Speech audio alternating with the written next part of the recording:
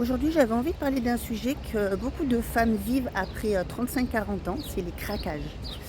Et surtout d'un truc très important, apprendre à différencier la vraie faim de l'envie de manger.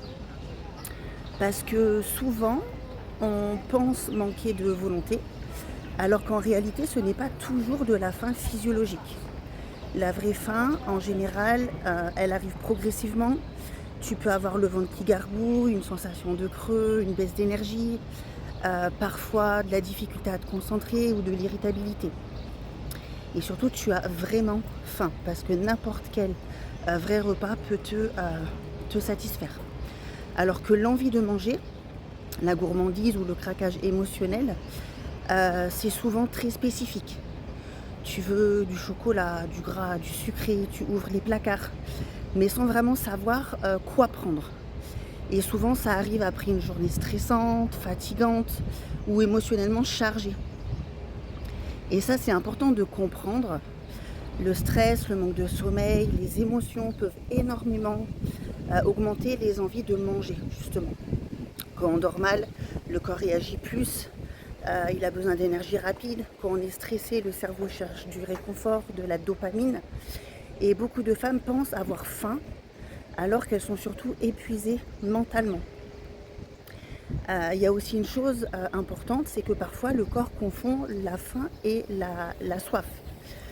Donc avant de manger, essaye déjà de boire un grand verre d'eau et d'attendre quelques minutes. Parce que parfois l'envie redescend. Et honnêtement, beaucoup de craquages arrivent aussi parce qu'on essaye de trop contrôler. Donc on saute des repas, on mange trop léger, on mange pas assez de protéines, pas assez de vrais repas rassasiants. Et forcément, le soir ou le week-end, le corps il finit par réclamer ce qui lui manque. Donc du coup, quelques astuces très simples déjà qui peuvent énormément vous aider. Donc déjà avoir des vrais repas plus structurés avec des protéines, des fibres, des glucides placés intelligemment, des portions qui vont vraiment vous caler. Et ensuite éviter de trop attendre, d'être affamé pour manger. Autre chose aussi, quand on a envie de manger, posez-vous cette question. Est-ce que j'ai faim ou est-ce que j'ai besoin d'autre chose? Du repos, de décompresser, d'une pause, de sommeil, de réconfort. Et parfois, juste de changer d'activité, ça va aider énormément. Par exemple, aller marcher, prendre l'air, appeler quelqu'un, lire quelques pages, boire quelque chose, vous poser quelques minutes en fait. Et surtout, arrêter le mode tout ou rien.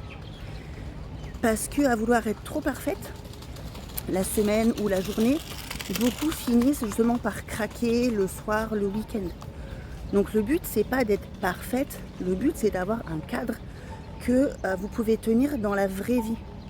Et honnêtement, apprendre à gérer les craquages, c'est pas juste apprendre à manger moins, bien au contraire.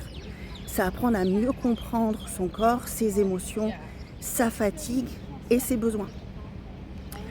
Parce qu'un changement durable, c'est pas dans le contrôle extrême, c'est de la structure, de l'équilibre, de la régularité.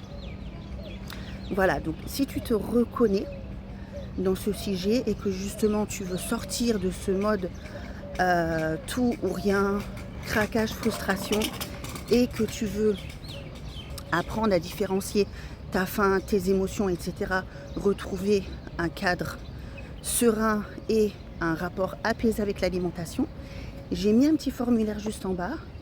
Tu peux le compléter, comme ça on pourra prendre un petit moment pour pouvoir échanger et voir ce qu'on peut mettre ensemble.